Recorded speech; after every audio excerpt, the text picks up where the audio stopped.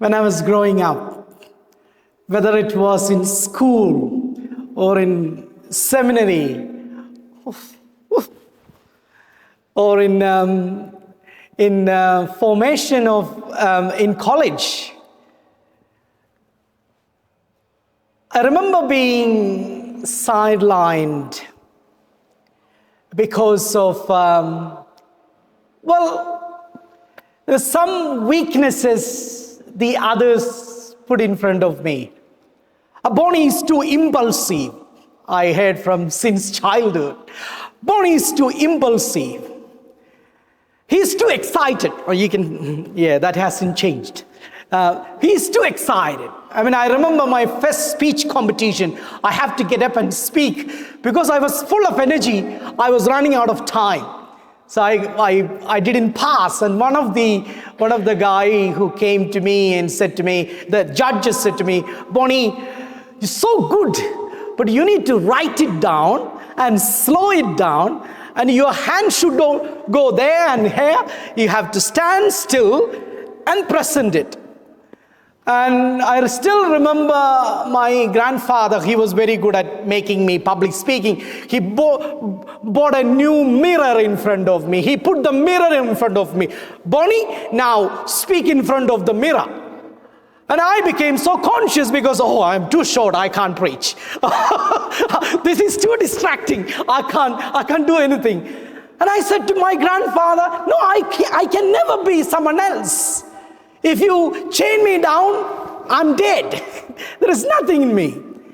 A lot of the time, this comment on impulsivity, Bonnie, come on, slow down. You can't, don't take the decisions now, take your time. A lot of the time, the comments about the way I speak, the way my hands go, or my excitement, my impulsivity, it has brought me a lot of pain. That I have time and said, Lord, why don't you make me someone else, like 6 foot tall, very serious, come to mass very holy and preach very elegantly, rather than going like a little Chinese cracker.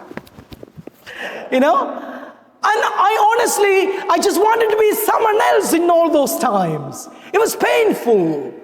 And I felt rejected by that, rejected by some of my superiors, rejected by some of my teachers. We don't want to ask Bonnie, he will make a mess of it. But when we come to the story of Moses, we have some deep, deep insight into how God works in us. I always felt God is a God of consume or consumption. But when we read the story of Moses, God is not a God that consume, but a God of subsume. What does consumption means? That something in front of me is an object. It is there for me to use it. I'm going to grab it and I'm going to satisfy all my needs, all my prides and wants, everything I want for me. I'm going to take it from what is in front of me, a God of consumption. Then there is a God of subsume. What is in front of me is fragile. What is in front of me is weak. But what is in front of me is an opportunity. What is in front of me is a gift. So I am going to integrate that into me. I am going to elevate what is in front of me. I am going to encourage what is in front of me. And I am going to use him or use her. And when Moses sees the burning bush, he notices it. What does he notice? It is burning. It is full of fire. But the bush does not get burned away. When God comes upon us, he does not burn away our individuality. He is not going to ask me, don't do it. He doesn't consume me because I am not an object for him, but he subsumes me. He invites me into his reality. And every weakness I have, every brokenness I have, he transforms into something beautiful. So through my apparent idiosyncrasies, through my apparent weaknesses, through my apparent not tidy up, God glorified. God comes through. When people see, oh, Father Bonnie, he is so dumb, but look at him, the fire is upon him. God is glorified. And that is the mystery of God. God is not a parasite. He doesn't come upon me so that he can eat me up. But he is a God of subsume. He comes to me. He meets me where I am at my brokenness. What I bring to his table. He elevates them. He blesses them. He anoints them. He recharges them. He commissions them. So I bring people not to me, but I bring people to God. And that is my story. Every time I encounter my God, he does not consume me, that he does not ask me to be someone else. He asks me to be who I am. In calling, there is two aspects. One is conscience, the other one is calling. When my conscience I was a lost child. Not because of my parents, it's just, I love being lost. And sometimes I think, maybe that is the reason I love young people. When I see a young person or a young woman, I go up to them, I ask them what is happening to them.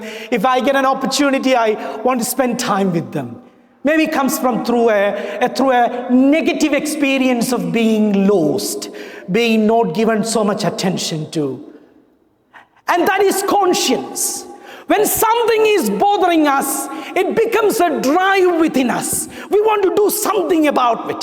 From my painful experience, we say, I want to do something beautiful out of my pain. And then comes the calling. So if you look at biblical purposes, there is always two things. There is calling, there is conscience. When Moses, out of the misery of Hebrew people, under the regime of Egyptians, he wanted to do something, and in his impulsivity, he go and interfere and he kills someone. So he got scared. But there is a discontent in him. There is a conscience in him. I want to do something for my people, but he hasn't been called. Then he sows the bush fire. Sorry, not the bush fire, the fire on the bush, which is not burning away. Now, what does it tell him? Yes, my conscience tells me to do something. I consider myself inadequate and impulsive. I don't know how to respond to this reality. And to such reality, to such humble people, God comes. He burns on them. He burns on their conscience. He burns on their desire. He burns on their holy discontent. And that becomes mission. That becomes vocation.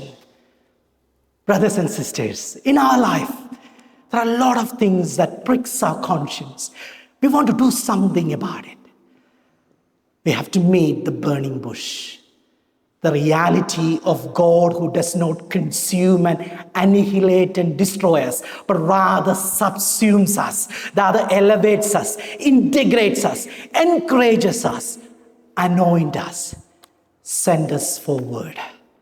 So God, if God of subsume, when God is a God of subsume, he would say, I must deeply consider you, Moses. I have to meet you where you are at, because I desire to come into your desire, elevate it, sanctify it, energize it, and send you forth, because I need people like you. Amen.